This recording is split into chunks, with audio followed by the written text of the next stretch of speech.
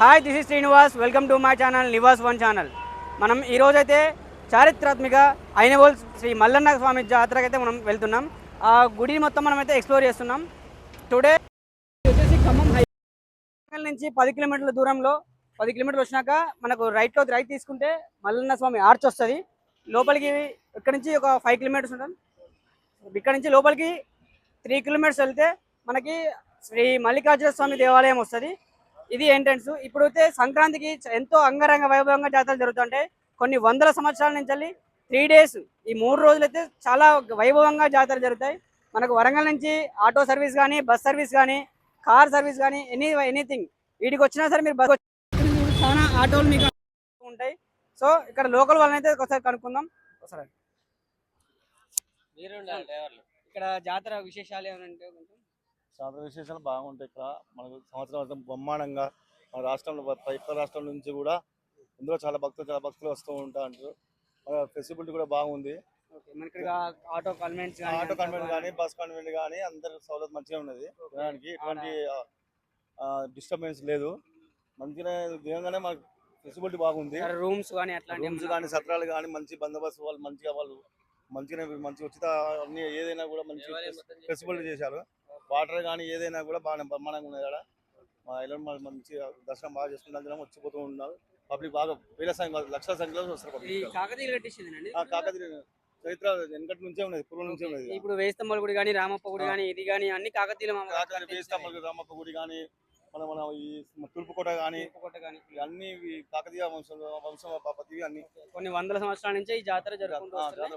కాకపోతే ఇప్పుడు కొంచెం వెలుగులోకి వచ్చి ఇంకా బాగా జరుగుతుంది. పక్క రాష్ట్రాలు కూడా చాలా మంది కూడా అధిక సంఖ్యలో కూడా వస్తారు. థ్యాంక్స్. బస్ సర్వీస్ అయితే ఇలా ఉన్నాయి.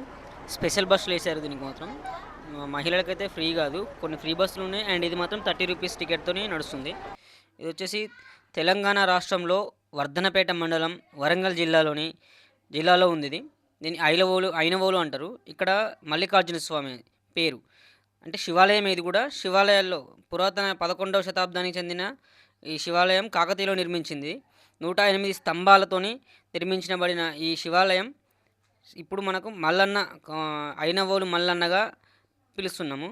ఇది వచ్చేసి ఇలా కార్లు కానీ ఆటోలు కానీ తీసుకొని వచ్చి వాటిలో వచ్చి ఇక్కడ పొద్దున్న నుంచి సాయంత్రం వరకు వంట చేసుకొని, భోజనాలు చేసుకొని, పట్నాలు వేయించుకొని స్వామివారి ఆలయాల్లో చిన్నపట్నం, పెద్దపట్నం, మీడియం పట్నం ఇలా లెక్కలు ఉంటాయి.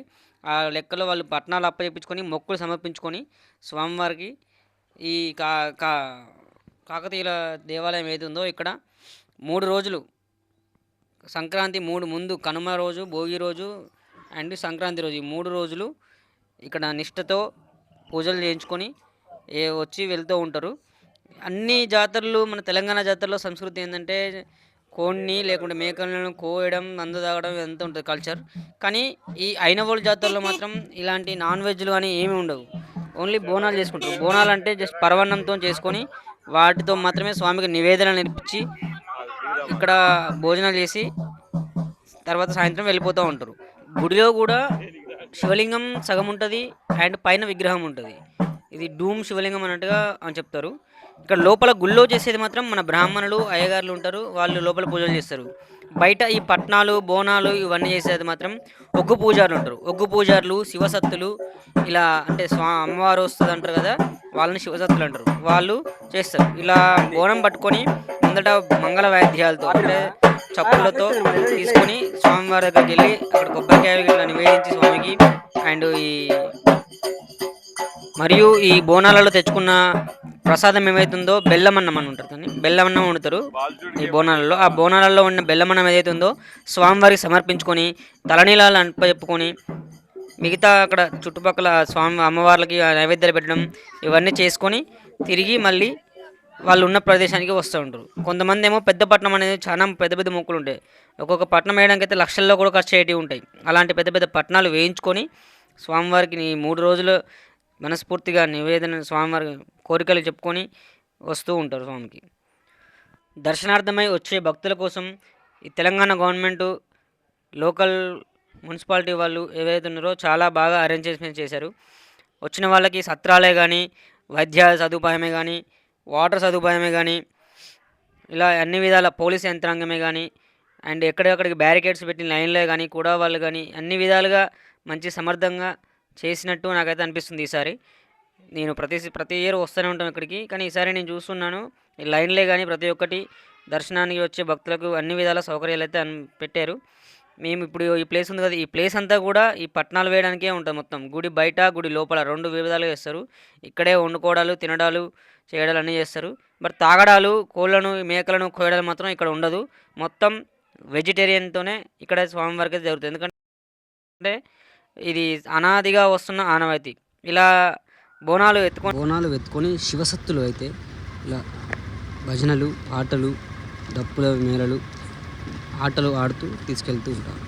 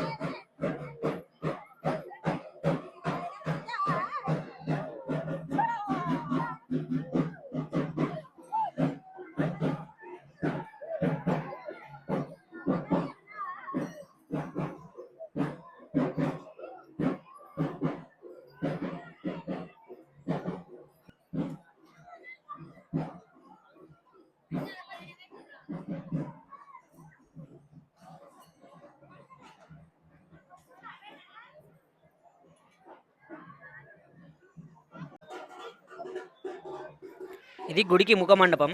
ఇందులో కూడా ఈ గుడి చుట్టూ మొత్తం పట్నాలు వేస్తుంటారు. లాగన్ కట్టడాలు అంటే ఆ కోడిని కట్టడం అంటారు కదా, ఇలాంటివన్నీ ఇక్కడ ఉంటాయి. ఇక్కడ కూడా పట్నాలు వేసేవాళ్ళు వీళ్ళందరూ బుడగ జంగములు అని అంటారు. వీళ్ళందరూ పట్నాలు వేస్తారు అన్నట్టు. అసలైన తెలంగాణ సంస్కృతి, తెలంగాణ యొక్క పండుగలు, తెలంగాణ యొక్క భక్తి, తెలంగాణ యొక్క విశిష్టతలు చూడాలనుకుంటే వరంగల్లోనే ఇలాంటివి మాత్రమే ఉన్నాయి. ఇది ఒకటి, ఐలోని మల్లన్న ఒకటి, అండ్ కొమ్మాల నరసింహస్వామి అని ఉంటుంది అక్కడ, కొమరవెల్లి, వేములవాడ, ఇలాంటి ప్రదేశాల్లోకి వెళ్ళినప్పుడే మనకు అచ్చమైన తెలంగాణ యొక్క సంస్కృతులు, తెలంగాణ యొక్క పద్ధతులు తెలుసుకునే వీలు మనకు దొరుకుతుంది. ఇంకా బయట ఎక్కడంతా అల్ట్రా మోడర్న్ అయిపోయింది. ఓన్లీ మన ఇలాంటి గుళ్ళల్లోకి వచ్చే వాళ్ళు మాత్రమే కొంచెం ఇంకా తెలంగాణ సంస్కృతులు పాటిస్తున్నట్టు అంటే పక్క నిదర్శనం. ఇది ఒక నిదర్శనం. ఇది వచ్చేసి 500 రూపీస్ దర్శనం లైన్.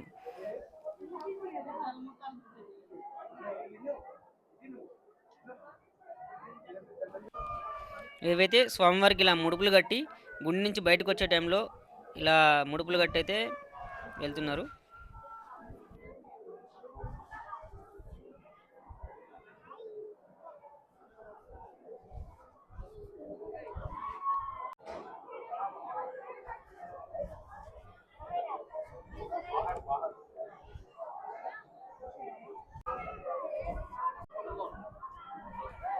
ఈ గుళ్ళో దర్శనం మొత్తం అయిపోయాక బయటకు వచ్చాక ఇదొక ప్రత్యేకమైన స్థలం అని చెప్పుకోవచ్చు.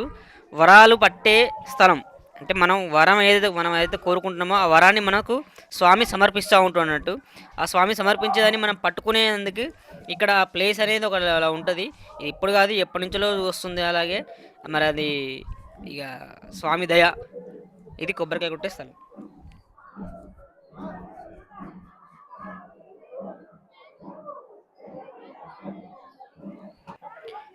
ఈ ప్లేస్ వచ్చేసి నేలబయ్యారం అంటారు. దీనిలోకి వెళ్ళడానికి ఒకటికి టికెట్ 10 రూపాయలు ఉంటుంది. కాకపోతే ఇలాంటి జాతర టైంలో దాన్ని క్లోజ్ చేస్తారు, మిగతా టైంలో ఓపెన్ చేస్తారు. ఎందుకంటే ఈ టైంలో వెళ్ళాలంటే అంతమందికి అది అయ్యే పని కాదు. ఇది ఉంది కదా, గుడి చుట్టూ కూడా ఇలా కాంపౌండ్ వాల్ ఉంటుంది. ఆ కాంపౌండ్ వాల్ మధ్యలో ఒక దారి ఉంటుంది. దానిలో నుంచి చుట్టూ తిరిగి రావడానికి ఒక 1 అవర్ టైం పడుతుంది. చాలా సన్నగా ఉంటుంది. దానికి టికెట్ 1000 రూపాయలు. ఈ కాకతీయ కళాతోరణం ఉంది కదా, మామూలుగా మనకు తెలంగాణ అంటేనే Kakatiya Kalathoranam symbol of Kakatiya, symbol of Warangal. So ఇది ఫస్ట్ మనకు ఇక్కడే తయారు చేశారు. ఫస్ట్ తోరణం ఏదైతుందో ఇక్కడే కట్టింది. తర్వాతనే కిల వరంగల్లో కానీ ఇంకెక్కడైనా సరే రాజులు తర్వాత నిర్మించింది. ఫస్ట్ నిర్మించి మొత్తం ఇక్కడే. ఇది ఒక హెచ్ఐవి గురించి నాకు చెప్పారు, దాన్ని మేము వీడియో తీసుకున్నాం. జస్ట్ ప్రథమ చికిత్స, పోలీస్దే కానీ అన్ని విధాలా మనకు ఇట్లా క్యాంప్స్ పెట్టుకొని అయితే మనకు సెక్యూరిటీ ఇస్తున్నారు. అన్ని విధాలు మనకు చెప్పడానికి విచారణ సముదాయాలు కానీ అన్నీ. అండ్ ఇలా గాజులు అవన్నీ అమ్ముకోవడానికి జాతర అంటే ఎలా ఉంటుంది, అన్ని చిన్నపిల్లల వస్తువులు, బొమ్మలు, అన్నీ కొనుక్కోవడానికి మంచి షాపింగ్ సందడిగా చేసుకోవడానికి. ఇదైతే వీళ్ళే పెద్ద బోనాలు అంటారు. ఈ బోనాలు అయితే అసలు చూడడానికి 2 గంటలు జరుపు అంత బాగా చేస్తారు. మా వాడిని ఫ్రెండ్ జస్ట్ ఫర్ ఫన్ ఇట్లా కుండలు అట్లా బోనాలు పెట్టుకొని అసలు డ్యాన్స్ వేస్తుంటే కింద పడిపోతాయి అనే భయం వేస్తుంది కానీ వాళ్ళకైతే అసలు ఏ భయం మళ్ళీ వేస్తారు.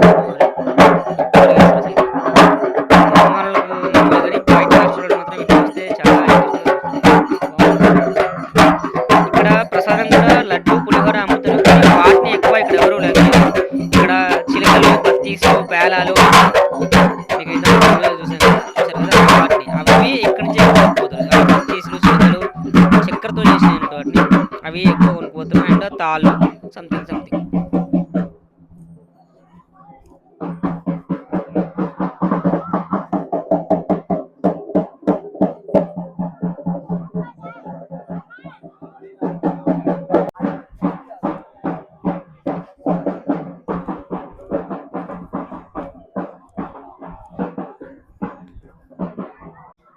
దర్శనం మొత్తం అయిపోయింది.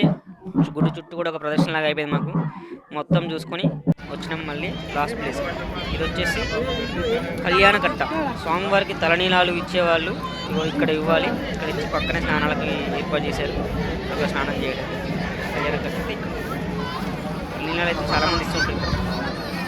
ఇక్కడ ఒకరైతే పెద్ద పట్టణం వేస్తున్నారు. లోపల ప్లేస్ లేదనుకుంటా. ఇక్కడ ఇదంతా ఈ రోడ్ ఏది ఉందో అదంతా వస్తుంది. స్టార్టింగ్లోనే ఉంది అది మధ్యలో ఇంట్రో మొత్తమే ఇంకా చాలా పెద్దగా వస్తుంది. ఇది పెద్ద పట్టణం. ఇట్లా బయట వేసుకుంటున్నారు వీళ్ళు. నేను ఇక్కడ నుండి వీడియో తీసుకుంటే ఆమె వాటర్ కొడుతుంది. ఆమె పక్క జరుగు అంటుంది.